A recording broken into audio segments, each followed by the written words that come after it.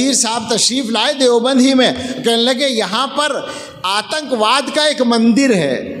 उस बेवकूफ़ को ये भी एहसास नहीं कि अपने मंदिर की भी तौहीन कर रहा है, आतंकवाद का मंदिर कहकर। दारुल देवबंद को आतंकवाद का मंदिर कह रहा था। मैं कह रहा था प्रोपेगंडे का ये आलम है। अब से शायद 15-20 साल पहले की बात है, किसी इलेक्ट्रॉनिक मीडिया के नुमाइंदे थे जर्मनी के शायद, वो आए थे किसी चैनल से, तो उनको हम दिखा रहे थे दारुल, तो वो कहने लगे कि वो तहखाने भी तो दिखाइए। तो पूछा उनसे कौन से तहखाने, कि जहाँ आपके यहाँ ट्रेनिंग दी जाती है।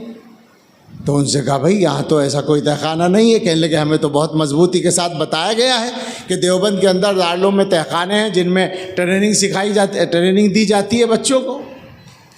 और अभी कल परसों एक आदमी ने मुझे बताया हमारे यहाँ वो गेहूँ रखने का एक तहखाना बना हुआ है, बेसमेंट जैसे बनाते हैं। तो एक आदमी ने बताया कि कुछ लोग एक दिन यहाँ खड़े होकर कह रहे थे कि ये यहाँ सुरंग है और ये सुरंग पाकिस्तान तक जाती है। ये उन्होंने सुना अपने कानों से कि वो बात कर रहे थे।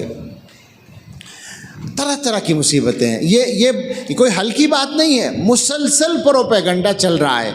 और अभी आपने सुना होगा वो फिल्म बनाई गई थी जिसमें बाकायदा दारुल देवबंद को और मुसलमानों को और उलमा को निशाना बनाया। वो तो